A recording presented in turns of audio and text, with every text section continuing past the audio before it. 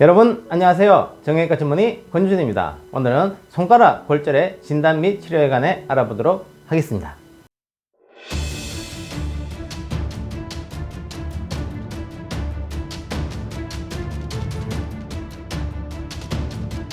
손가락에는 엄지손가락에는 근위지골, 원위지골 두 개가 있고요. 나머지 손가락은 세 마디가 있습니다. 근위지골, 중지골, 원위지골이 있는데 여기에서 발생하는 골절을 말하겠습니다. 진단으로는 엑스레이로 쉽게 진단이 가능하겠습니다. 치료로는 손가락 골절의 위치, 중등도, 전이 정도, 뼈가 얼마나 어긋났냐에 따라서 첫 번째로 부목 고정으로 치료할 수가 있고요. 두 번째로는 심할 때에는 수술적 치료를 하기도 하겠습니다. 손가락 골절이 있을 때 비수술적 치료 방법입니다. 적응적으로서는 첫 번째로 각 형성이 10도 미만이다. 각 형성이 10도 미만인 것은 골절이 손가락이 부러져서 이런 각 형성 이렇게 딱 휘어진 게 10도 미만, 10도라고 하면 거의 변형이 없다는 뜻이 되겠습니다. 두 번째로 단축이 2mm 미만, 그러니까 손가락이 뭐 짧아진 게 2mm 미만이다 이럴 때도 가능하고요. 세 번째로는 회전 변형이 없어야 되겠습니다. 회전 변형이라는 것은 아까 말씀드렸듯이 전혀 자연 교정이 되지가 않습니다. 아무리 뼈가 잘 붙어도 자연 교정이 되지 않기 때문에 손가락이 회전 변형이 있을 때는 무조건 수술해서 교정을 해주는 것이 좋겠습니다. 네 번째로는 비전이 관절내 골절입니다. 비전이란 말은 뼈가 전혀 어긋나지 않고 관절내 골절이면 웬만하면 수술하는 것이 좋지만 비전이 뼈가 어긋나지 않고 금만 살짝 가 있다. 그런 경우에도 비수술적 치료로 치료할 수가 있겠습니다. 비수술적 치료의 방법으로서는 첫 번째로 버디 테이핑입니다. 버디 테이핑이란 말은 예를 들어서 새끼손가락이 골절이 있을 때 네 번째 손가락은 정상이기 때문에 네 번째 손가락을 부목 기능을 할 수 있도록 두 손가락을 같이 이렇게 테이프로 감아주는 것입니다. 그렇게 되면 예를 들어서 손가락 하나가 골절이 있을 때 옆에 손가락이 정상이기 때문에 이것이 딱 받쳐주는 효과로 고정과 뼈가 붙는데 도움이 되겠습니다. 두 번째로는 부목 고정이 있습니다. 부목 고정도 예를 들어서 뭐 길게 하는 방법도 있지만 요즘에는 손가락만 이렇게 부목 고정을 하는 방법을 많이 사용하고 있습니다. 수술적 치료의 적응적으로는 첫 번째로 각 형성이 10도 이상이다. 골절이 휘어진 게 10도 이상 이렇게 변형이 있다 경우고요.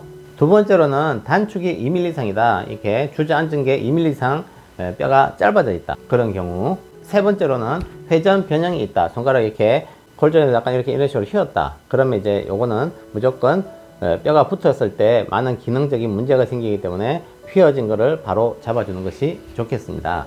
네 번째로는 전이된 관절내 골절. 전이된 관절내 골절이라는 것은 골절이 관절면을 통과하는 것인데 관절내 골절이 이렇게 벌어져 있거나 어긋나 있을 때는 관절액이 스며들어서 골절이 잘 붙지가 않고 관절면이 맞아 있지 않고 조금이라도 어긋나 있다. 그러면 나중에 뼈가 붙고 나서 움직였을 때 외상성 관절염이 발생하기 때문에 관절내 골절일 때는 관절면을 딱 맞춰주는 것이 기능적으로 훨씬 더 좋겠습니다. 다섯 번째로는 불안정성 골절. 이것을 아무리 뼈를 맞춰도 다시 어긋나 버린다든가 혹은 비정복 골절. 아무리 맞추려 해도 도저히 뼈가 안 맞는다. 이런 경우에는 수술적 치료를 하는 것이 좋겠습니다. 수술 방법으로서는 일반적으로 많이 사용하는 것이 K강선, 핀을 이용해서 이렇게 수술실에서 엑스레이를 보면서 뼈를 맞춰서 핀으로 고정하는 그런 방법이 있고요.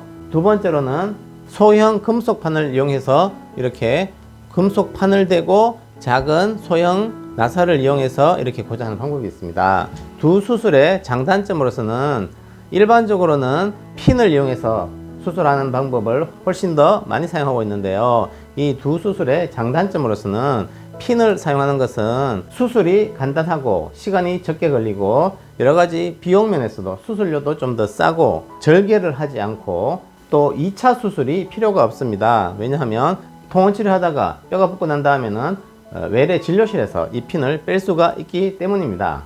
하지만 이런 소형 금속판을 사용하는 경우에는 이런 여러가지 불안정성 골절이 있거나 골절의 고정력이 더 높은 것으로 되어 있습니다.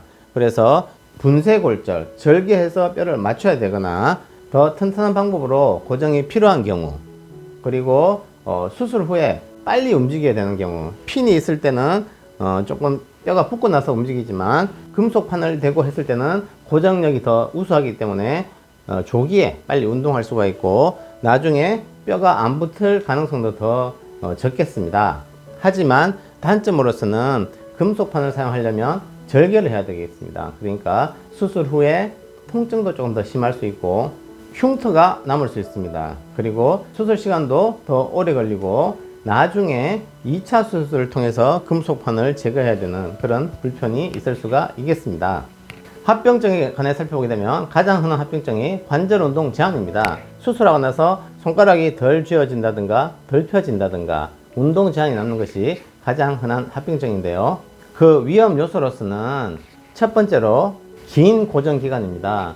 예를 들어서 수술하는 의사 입장에서는 최대한 안전하게 뼈를 붙이고 싶은 욕심이 있는 거고 환자 입장에서는 최대한 빨리 쓰고 싶은 그런 또 욕심이 있을 수가 있습니다. 근데 이제 저 같은 경우에는 가능한 튼튼하게 고정하고 핀을 고정하는 방법에서도 관절을 피해서 이렇게 고정하기 때문에 수술 후에 빨리 이렇게 재활이나 운동 치료를 할 수 있게 하는 데 비해서 예를 들어서 수술하고 나서 너무 오랫동안 고정을 해버린다, 기부스를 늦게 푼다, 그러면 나중에 풀고 나서 핀을 빼고 나서 이렇게 운동 제한이 남을 수가 있겠습니다. 두 번째로는 관절 내 골절입니다. 관절 내 골절과 관절 외 골절은 여러 가지 예후가 많이 다를 수가 있는데요. 관절 외 골절일 때는 관절에 손상이 없기 때문에 훨씬 더 예후가 좋은 반면에 관절 내 골절일 때는 뼈가 붙은 다음에도 관절막이라든가 관절 주위에 여러 가지 연부 조직의 손상 때문에 구축이 발생할 수가 있기 때문에 뼈가 붙고 난 뒤에도 운동 제한이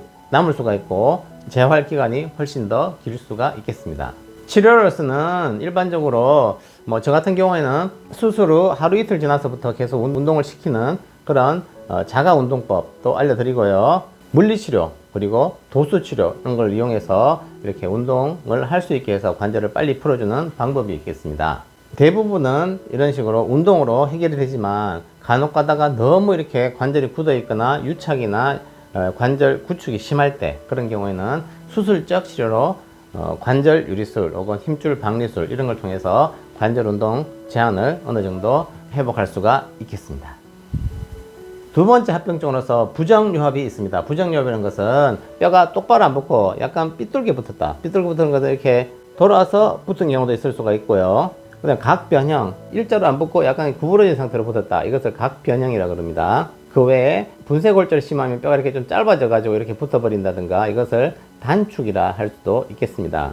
치료 방법으로서는 대부분은 비수술적 치료로 증상이 크지 않고 기능 저하가 크지 않다 그러면 이렇게 비수술적으로 운동이나 물리치료를 통해서 해결을 할 수가 있고요. 기능 저하가 심할 때는 수술적 치료를 할 수가 있는데요. 교정 절골술입니다. 다시 뼈를 잘라서 교정을 딱 해서 더 튼튼한 방법으로 고정을 하는 아까 금속판 고정술 같은 걸 이용해서 교정 절골술을 할 수가 있겠습니다. 세 번째 합병증으로서는 분류합이라고 있습니다. 분류합이라는 것은 뼈가 붙어야 되는데 뼈가 이렇게 안 붙은 상태, 그걸 분류합이라 하겠습니다. 2% 미만으로 흔하지는 않겠습니다. 치료 방법으로서는 분류합이 되면 뼈 사이에 아무것도 없는 것이 아니라 이 섬유 조직들을 제거를 해야 됩니다. 제거한 다음에 뼈 이식이란 말은 그냥 한번 안 붙었던 뼈는 다시 이렇게 붙여놔도 잘 안 붙기 때문에 다른 부위에서 본인의 뼈를 조금 채취를 해서 분류합된 그 사이에다가 뼈를 이식을 좀 해주고요. 그 다음에 금속 내 고정술을 해서 튼튼하게 고정을 해주면 분류합이 대부분 해결이 되겠습니다.